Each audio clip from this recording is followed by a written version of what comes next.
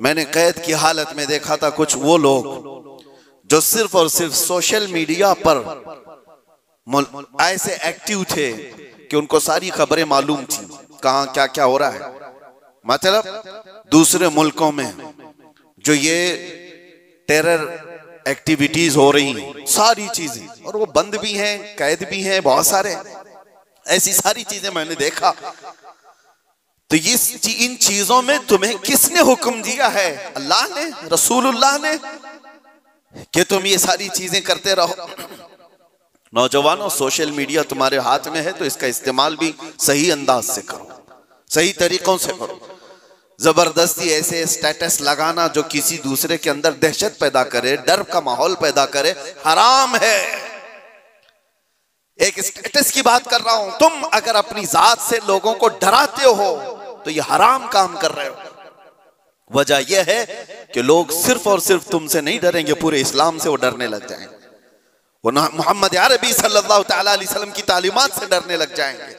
माहौल तो ये पैदा करो कि लोगों ने प्रोपेगेंडा फैलाया था मदीने में, कुफार और मुशरिकीन ने, कि मुसलमान ऐसे होते हैं वैसे होते हैं। एक औरत आई अबू बकर सिद्दीक रज़ियल्लाहु ताला अन्हु के पास, यहूदी औरत, कहा मुझे बहुत डर लगता है। डर किसने पैदा किया था? मुसलमानों ने नहीं, कुफार और मुशरिकीन ने प्रोपेगेंडा फैलाया था। यहूदी औरत डर के मारे आई सिद्दीक अकबर के पास, कहती है मुझे मदीने में नहीं रहना, यमन जाना है मेरे रिश्तेदारों के पास, मुझे अमन के साथ भेज दिया जाए। हजरत अबू बकर सिद्दीक ने एक ऊंटनी मंगवाई, 2 जवान सहाबा को बुलाया और कहा इस खातून को सही सलामत यमन तक पहुंचा के आओ। औरत बैठ गई, वो सोचती रही ये 2 नौजवानों को मेरे साथ कर दिया गया, पता नहीं रास्ते में ये क्या कर डाले। अल्लाह अकबर, तारीख बताती है वो 2 नौजवान सहाबी चलते रहे, वो खातून बैठी रही। जब जब कोई चौकी आती लोग पूछते कौन है, कहां से है, क्या है। वो नौजवान सिर्फ इतना ही कहते सिद्दीक अकबर की मेहमान है, यमन जा रहे हैं और हम सफीर हैं और इनकी हिफाजत के लिए चल रहे हैं। पूरे यमन तक का रास्ता तय हो गया। वो खातून कहती एक नौजवान भी मेरी तरफ निगाह उठाकर नहीं देखा।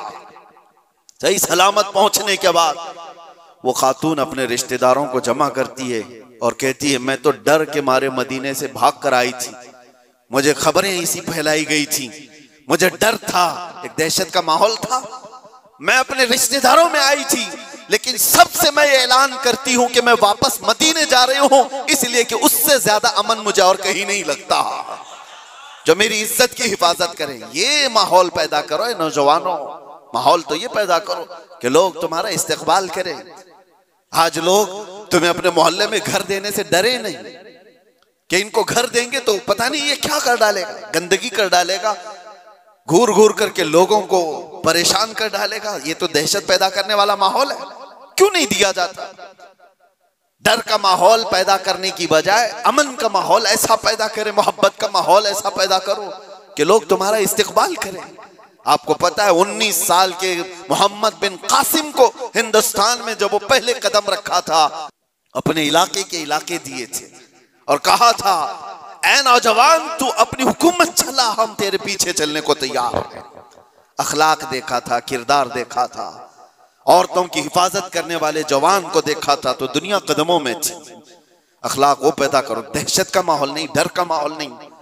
मैं सख्त तरीन जुमलों से मजम्मत करता हूं इस तरह के हमलों का, और जाहिर सी बात है हम जिस मुल्क में रह रहे हैं मेरे अजीजों, दर्द हमें इस बात का भी होता है, हम अपने मुल्क में कचरा भी नहीं फेंकना चाहते, तो ना हक बिरादराने वतन चाहे वो कोई भी हो उनकी जान लेने की इजाजत कैसे दी जा सकती है? क्या ये मेरे मुल्क जहां मैं रह रहा हूं, आप रह रहे हैं, उसकी इज्जत पर खतरा नहीं है?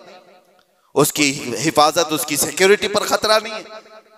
और सिर्फ मुल्क में रहने वालों के अंदर दहशत नहीं पैदा हुई है, पूरी दुनिया में जहां ये मैसेज जाएगा लोग जो आने वाले होंगे वो डर जाएंगे, पता नहीं इनके यहाँ ऐसे हालात। तो क्या ये मुल्क की छवि को बर्बाद खराब करने की कोशिश नहीं?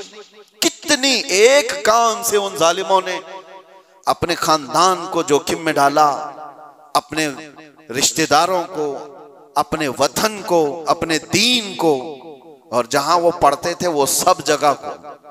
सबको खतरे में डाला है और बर्बाद किया है एक अमल ने।